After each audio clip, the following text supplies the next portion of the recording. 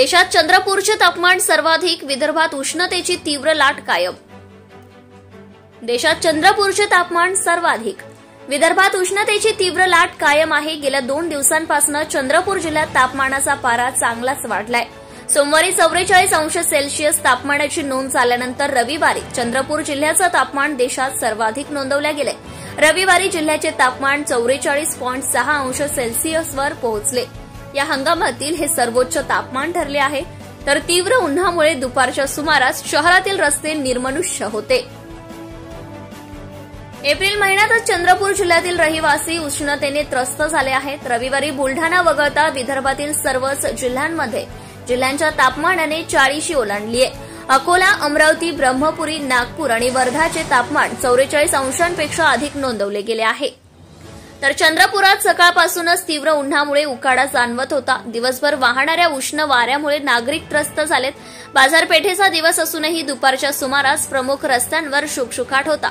सुट्टीचा दिवस आणि कडक उन्हामुळे नागरिकांनी दुपारी घराबाहेर न पडणे सुरक्षित मानले आहे। त्यामुळे रस्त्यांवर मोजकीच वाहने दिसत होती। पाहूया विदर्भातील जिल्ह्यांचं तापमान।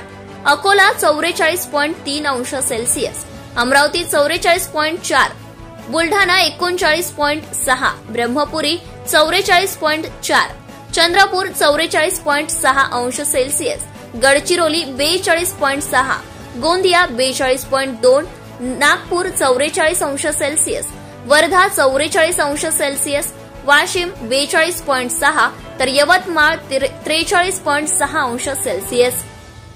तर 22-23 ला उष्णतेची लाट। नागपूर प्रादेशिक हवामान खात्याच्या अंदाजानुसार 22 आणि 23 एप्रिलला जिल्ह्यात उष्णतेची लाट येण्याची शक्यता आहे। यामुळे नागरिकांना सावध राहण्याचं आवाहन करण्यात आलंय। वादळी पावसाचीही शक्यता। संपूर्ण राज्यातच उन्हाची काहिली आणखी वाढणार आहे। तर काही जिल्ह्यांमध्ये हवामान विभागाने तुरळक पावसाचा अंदाज व्यक्त केलाय।